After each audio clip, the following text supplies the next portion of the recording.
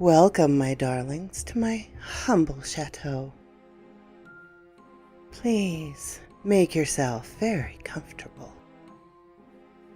Relax your mind and release your imagination to me. I will bring you a story to entrance and entertain. Perhaps a frightening one. Perhaps a steampunk. Perhaps a bit of mythology. Anyway, sit back, enjoy, and subscribe to me.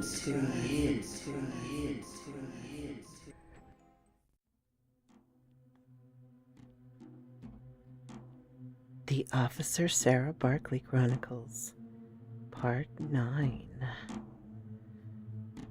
I grabbed Haley, handed her to my Aunt Maggie, and directed her, "Aunt Maggie, take Haley and hide in the closet." I immediately pulled my Glock 43 from my concealed holster and ran outside with the marshals towards the sound of the gunfire. Marshal Compton slammed the front door open with his polished shoe, and we ran outside. It was pouring down rain again, to find the other marshals on top of a woman restraining her over near the tree line. "You bastards! She needs to die too!" The woman screamed in a shrill cry. Once the handcuffs were on her, I placed my Glock back into my waistband holder. It was beat.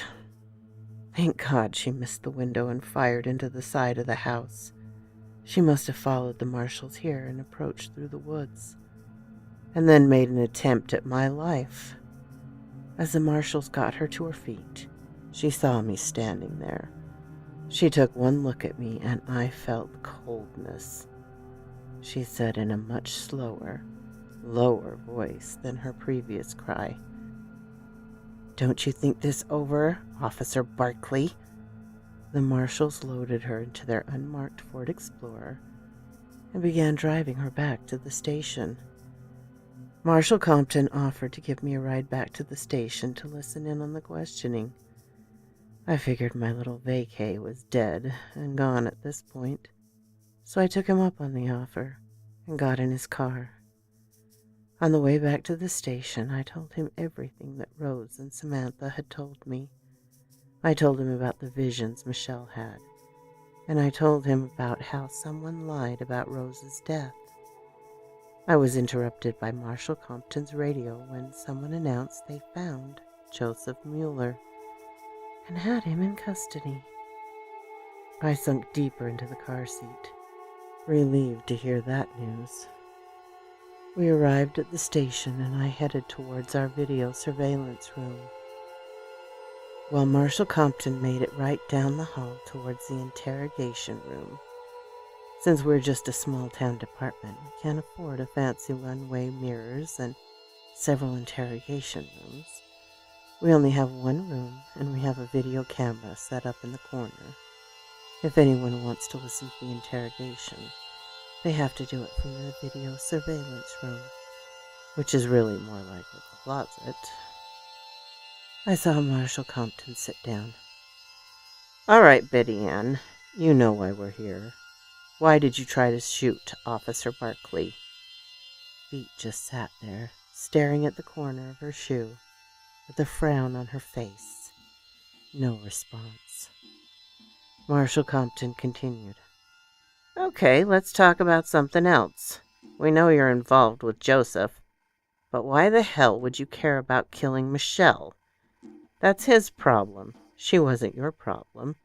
She knew nothing about your existence. It had nothing to do with you." He got Beat's attention now. "What do you mean it had nothing to do with me? Joseph is my other half. Because of that bitch, he had to move into seclusion and hide all these years. The only reason he didn't leave the area is because of me. He loves me." "So why now? Why did you lure her out of hiding? We know it was you that sent the memo to the marshals telling them her son had cancer." He was bluffing, but it worked. Yeah, I did it now because I didn't have much time left. Joseph has stage 4 cancer. She paused to wipe her nose and hold back her tears. And his dying wish is to see Michelle dead. She ruined his life, and she is the reason we couldn't truly be together. Marshall Compton pressed her further. So why do you have to lie about Michelle's grandmother's death? And how the hell did you pull that one off? I tried a while ago to lure Michelle out of hiding. I thought her grandmother's death would have brought her back. But I was wrong. Once it was done, though, I had to stick to the story. Beat smirked at the thought of how impressed she was with herself. Joseph and I have connections, and we were able to make Rose's phones only make outgoing calls to this area code. All of her family lived far away, so it was pretty easy to do. She would just get error messages on her phone if she tried. It was all making sense. This could explain the phone complications Rose was having. Marshall Compton began to think aloud. So then, that's why you faked Michelle's son's brain tumor, to lure her out of hiding? Beat had a full-blown grin at this point. Yes, I did, and it worked damn well. Marshall Compton jotted down notes on his notepad and flipped back and forth between pages, making sure he covered as much as possible. He asked, so why would you make those 911 hang-ups from Patch Lane? How did they benefit if Officer Barkley found the body? Beat's grin washed away and anger took over. I never made 911 calls. Do you think I'm an idiot? Nobody was supposed to find that body. Officer Barkley ruined this. That bitch doesn't know when to stop. Why are you so angry at Officer Barkley for responding there? She's the reason I'm here, isn't she? I was going to let Michelle rot away in that locked room in the basement after Joseph got his final wish and killed her. But Officer Barkley is the one who somehow still found that body. Then she went snooping over at Rose's. Can't she just keep her damn nose out of my business? Marshall Compton fed off her response.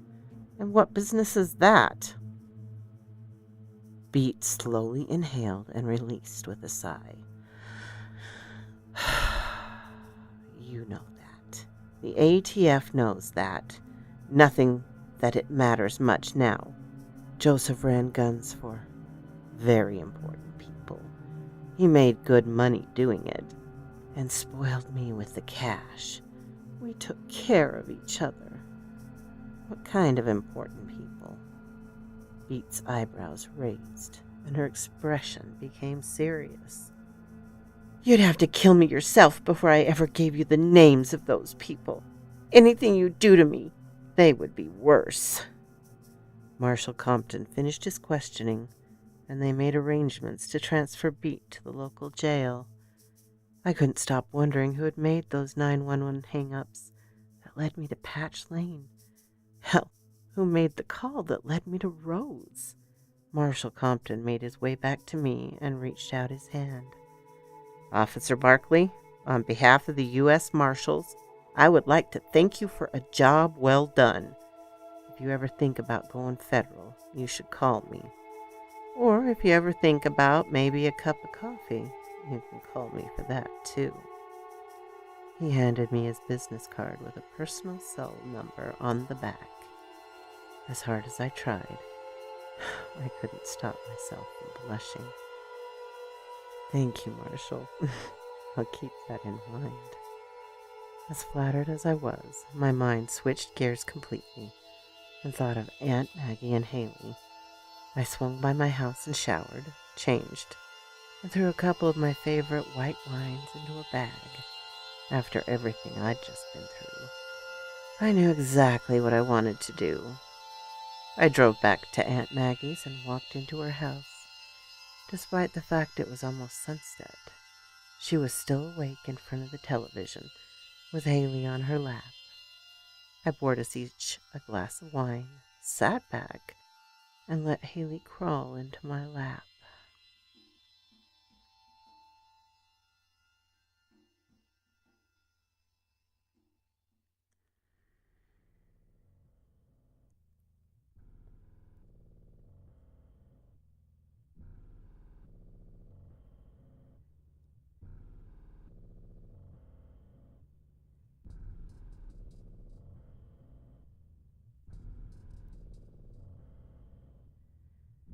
In case you don't know, I'm a rookie cop in a small rural Pennsylvania town, currently stuck working the night shift.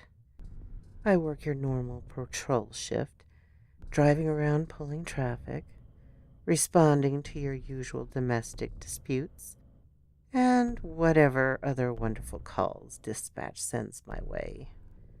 I responded to some bizarre calls the other week, and right as I thought life was returning to normal, I now find myself in the eye of yet another unsettling investigation. Dispatch to 1034. 1034, go ahead.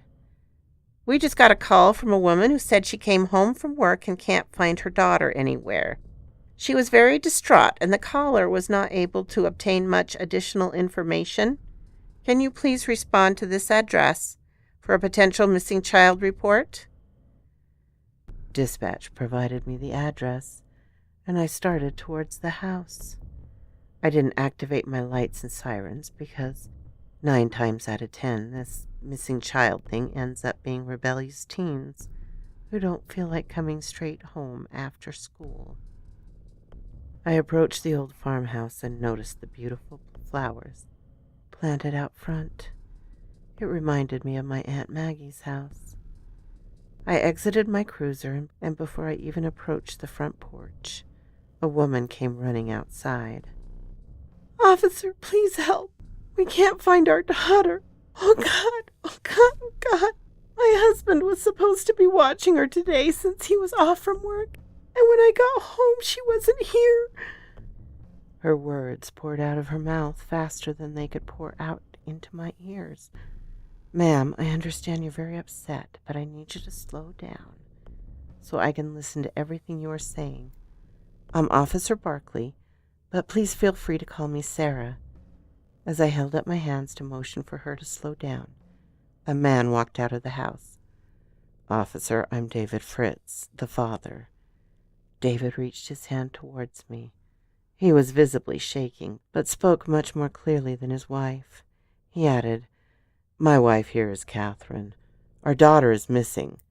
I was with her all day today, and I must have fallen asleep on the couch. How stupid of me. David's glance dropped to the ground, and he shook his head. I don't know how I fell asleep, but whenever Catherine came home, it woke me up and we couldn't find Emma anywhere.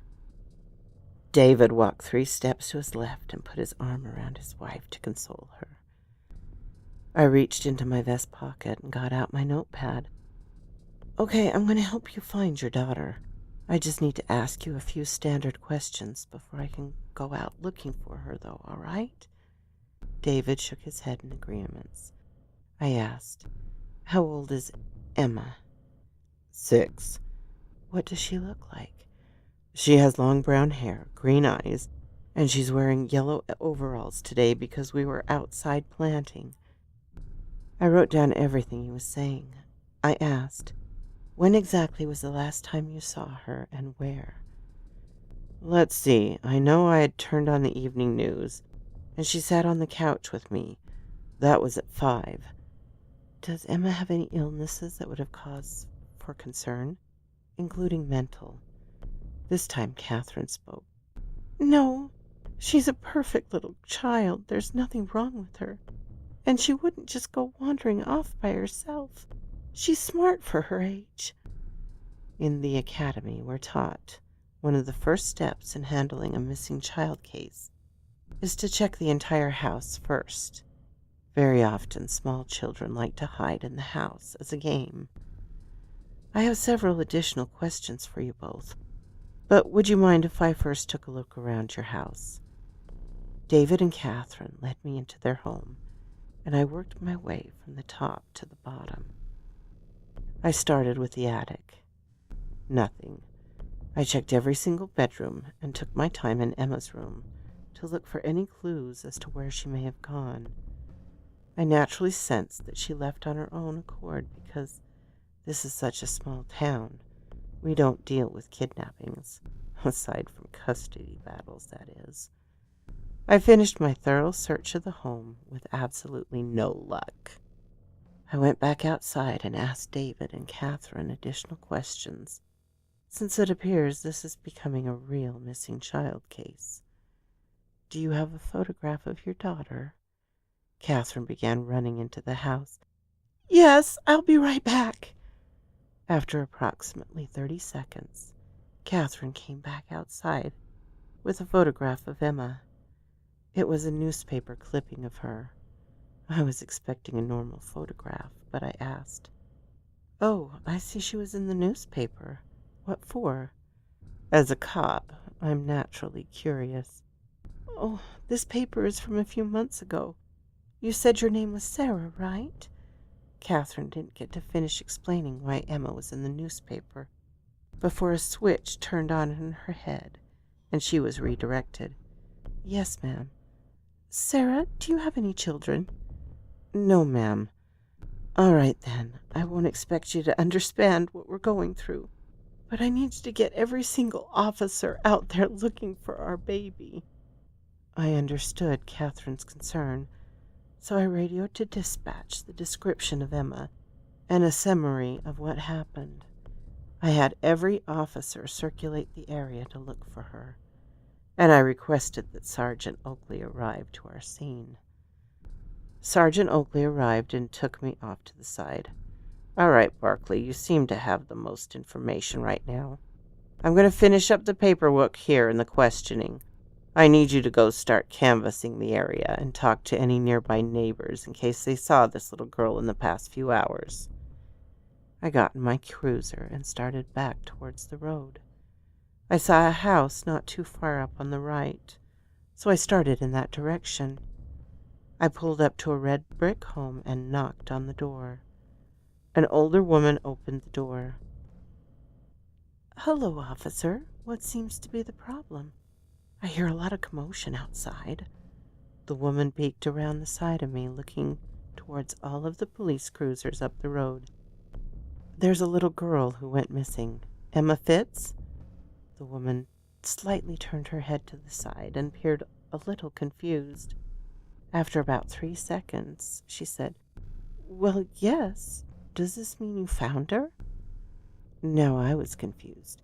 "No, ma'am. I'm here because we're still looking for her. Have you seen her?" "No, officer. May I ask why you've begun to look for Emma again? Nearly 10 years after she went missing?"